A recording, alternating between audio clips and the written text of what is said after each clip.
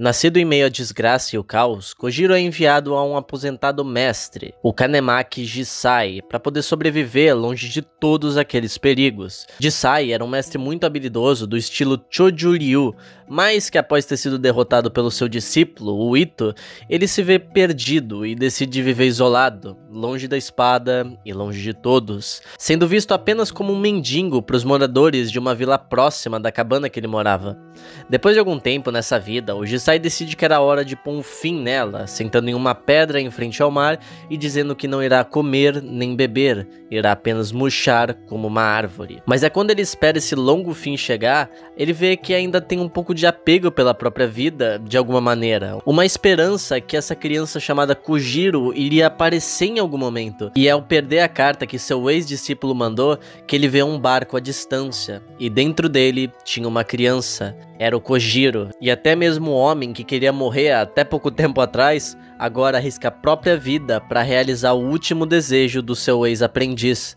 Ele pula no mar e com sucesso salva o Kojiro. Ele não sabe como vai cuidar daquela criança, já que ele não tem mulher que possa amamentar e tão pouco experiência com o bebê. Mas mesmo assim, o Jisai sempre dá um jeito de cuidar dele, falando que talvez viveria um pouquinho mais por aquela criança. Porém, a insegurança de achar que ele não era suficiente consomem o Jisai, a ponto dele abandonar o Kojiro na porta de um casal muito gentil que ajudava ele.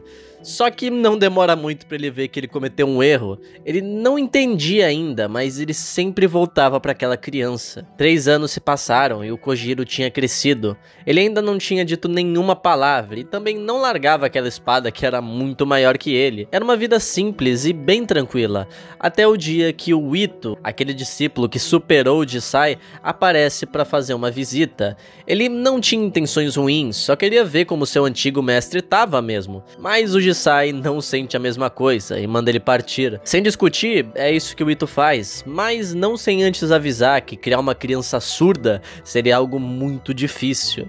O Jisai fica bem confuso com aquilo, mas isso é porque ele era o único que não tinha notado que o Kojiro era surdo. E ele fecha dizendo: "Você ainda é cego pra tudo, menos pra você." Sem saber o que fazer, ele vê que o Ito estava certo. Ele nunca tinha notado, mas ele era muito egoísta, e para extravasar a raiva, ele começa a balançar a espada enorme que o Kojiro ficava carregando. Enquanto isso, o Kojiro, com 3 anos de idade, imitava tudo que diz respeito à espada.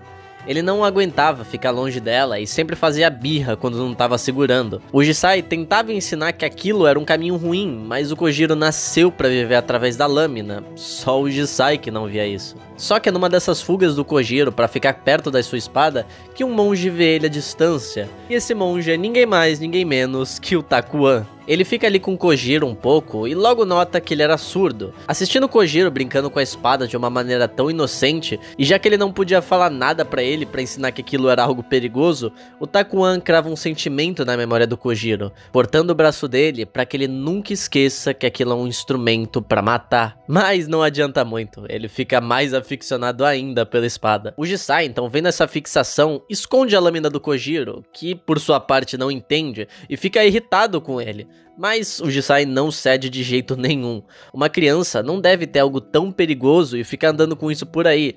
Mas é aí que a vontade do Kojiro surpreende o Jisai mais uma vez. Enquanto ele estava tentando aprender o que são palavras, a única coisa que o Kojiro aprendeu era como escrevia espada. Anos se passaram e agora, com o Kojiro mais velho, entendendo um pouco melhor do mundo ao seu redor, as crianças começam a zoar ele e ele lembra da palavra dor, assimilando ela àquele momento. E até mesmo vencendo um garoto que queria ser espadachim e ganhando respeito e amizade dele. Só que nesse momento, a vila que eles estavam morando perto estava passando por um problema. Tinha apenas um único samurai que defendia aquele lugar. E ele era um forasteiro, que exigia que todas as garotas, quando fizessem 14 anos da vila, fossem dadas pra ele. E ninguém tava aguentando mais aquilo. Só que nenhum dos moradores sabia lutar. Apenas o possível mestre com seu filho surdo poderiam ser de alguma ajuda. Ninguém botava fé nele, todo mundo achava que ele era só uma farsa. Mas ele na verdade aceita e surpreende a vila. Quando ele vê que aquele espadachim maldito estava indo buscar a filha de um casal que tanto ajudou ele, ele entende o sentimento. Se alguém tirasse o Kojiro dele, ele também daria sua vida para protegê-lo. saindo então na mesma noite para matar o espadachim. Só que o que ele não esperava era que o Kojiro e o amigo dele também estavam indo fazer a mesma coisa. E como o Jisai deixou a espada antiga do Kojiro de recordação para ele, caso ele morresse, isso só facilitou ainda mais o processo. Eles começam tacando fogo na casa do cara e emboscando ele em um ataque surpresa, que falha de certo modo e o Kojiro fica paralisado, até que o seu amigo começa a ser torturado e lhe lembra da dor que a espada causa, desferindo um único ataque e levando a mão dele embora, mas infelizmente sendo sobrepujado logo em seguida. O Jisai, que também estava a caminho, vê tudo aquilo, e essa era a motivação que ele precisava para lutar, a motivação de defender o seu filho. E é o que ele faz, matando aquele monstro.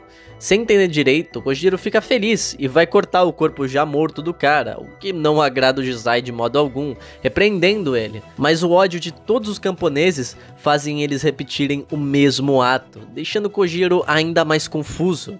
Ele não sabia o que sentir, mas de certo modo, gostava do que tinha feito. Depois de um ano, o Jisai começa a ter vários discípulos, até porque ele salvou a vila, mas o Kojiro nunca era um deles. Ele sempre evitava e recusava ensinar o Kojiro, mesmo ele indo pra cima do Jisai todos os dias para se provar merecedor. Isso acabou reprimindo ele cada vez mais. O seu amigo, agora mais velho e mais treinado, continuava perdendo pra ele, e ele até chega a dizer: "Você consegue ver através da minha espada." Sem nem saber o que estava fazendo, o Kojiro tão novo conseguiu aquilo que o Musashi precisou de muito tempo para aprender. Mas, mesmo sem um mestre, ele treinava sozinho e escondido, enfrentando oponentes imaginários, enfrentando o único homem que ele havia cortado, e cada vez ele matava mais deles, ficando mais e mais forte a cada combate. Anos se passaram e o Kojiro já era um homem, mas mesmo assim ele ainda pedia para ser treinado, só para ter uma derrota como resposta. Só que tudo isso muda no dia que o Ito volta para visitar o Jisai mais uma vez. Ele, diferente do Jisai, entende que o Kojiro nasceu para ser um tigre, só que o problema é que ele estava sendo reprimido. A sua vida toda ele sempre andava acompanhado de uma espada, e o Ito estava ali para finalmente deixar ele extravasar aquela vontade e usar aquela lâmina, colocando então os oponentes bem familiares contra o Kojiro, o irmão mais novo da família Yoshioka, aquele que derrotou o Musashi, e outros do mesmo dojo. O Kojiro enfrenta vários deles, cortando a barriga de um, decepando a mão de outra e tendo um combate justo e acirrado contra Yoshioka. Ambos gritavam que queriam ser mais fortes, e a luta deles simbolizava isso. Dois homens que dedicaram a sua vida à espada e que aprenderam tudo através dela. O Kojiro sai vitorioso e só não matou seu oponente por não ter muito costume de como lutar com uma espada que tem fio. Mas isso não importava. O Jisai agora não estava mais cego para o mundo ao seu redor. Ele vê o que o Kojiro realmente era e que ele nasceu para viver aquele caminho. Ambos choram, mas o Jisai ao menos fica feliz de saber que deu ao mundo um ótimo espadachim. E assim começa a jornada até o topo de Sasaki Kojiro. Uau, que arco, hein? Eu sabia que o Kojiro era incrível, mas nem tanto assim. O jeito que essa parte é abordada, mostrando toda a infância dele, toda a maturidade que o Kojiro vai desenvolvendo, só me deixa mais ansioso para as próximas lutas que ele vai se enfiar. Essa história consegue ser muito tocante, além de aproveitar muito bem os personagens, como o Takuan que aparece aqui, ela mostra que o caminho da espada é muito mais do que dor e mortes. O autoconhecimento que esse caminho traz para as mais variadas pessoas, dos mais variados jeitos, e o jeito com que isso consegue abraçar qualquer um, até um garoto surdo, é o que faz Vagabond ser um dos melhores mangás que eu já li. Bom, mas por hoje eu vou ficando por aqui, gente. Eu espero que tenham curtido essa história e fiquem esperando que vai ter muito mais conteúdo de Vagabond aqui no canal.